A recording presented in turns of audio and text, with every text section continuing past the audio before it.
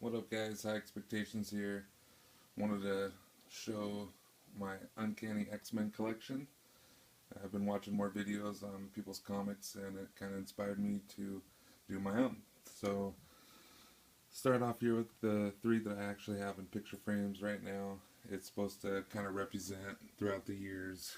You know, the early one, number 35. I just kind of like this cover in particular. I had number 100, but that's CDC now, and then I got number 300 and 500, and kind of going to take a page out of Don's videos and just kind of laying them out. There's quite a few. They start off from the 400, 450 kind of range.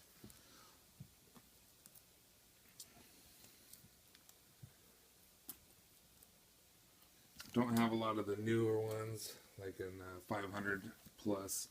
I have those actually in trade, so I don't have those currently in the comics, but I'll catch up on those later. They're fairly inexpensive still, and so are a lot of these that I have. A lot of them are just fillers. I try to pick these up whenever I can. If I see some that I don't have, see a good deal or whatever, I'll try to get them. The newer ones I try to get in the highest grade possible. Try to pick out the nicest one there or whatever, but really as long as it's readable, it's all good.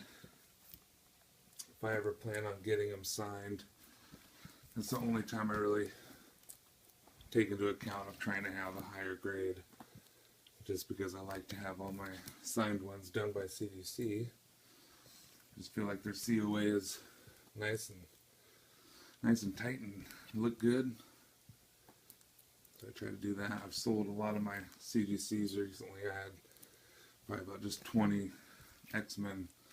They're all signed by Chris, or about 18 of them were signed by Chris and Mark Silverstein, but I've traded all of them. Still got a couple left, but not very many. A couple that I still want to get signed. And I have a lot of comics that I intend to get signed, but only a handful of X-Men left. We got to get some more of those key issues again. I'm trying to track them down.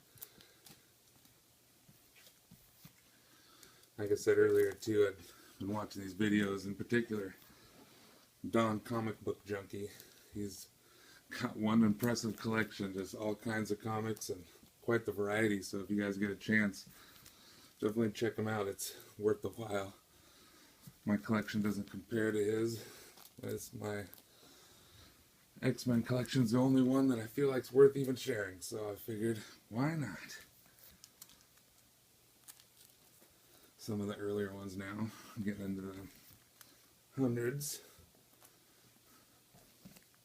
At least some of my earlier ones. Not, like I said, I don't have very many of the early 100 and back. Got a few.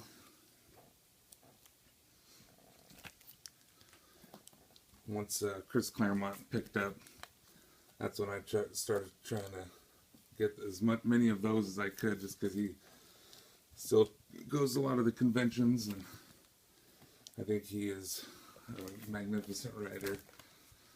He's done a lot of the most key stories in X-Men.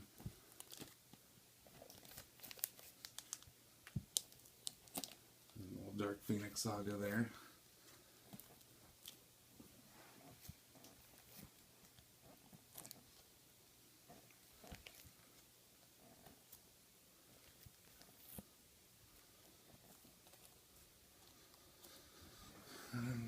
Then I got a couple of one. Well, that's my Gambit, and that one I'm hoping to come back at least at a 9.6. I want to get that one signed this year by Chris.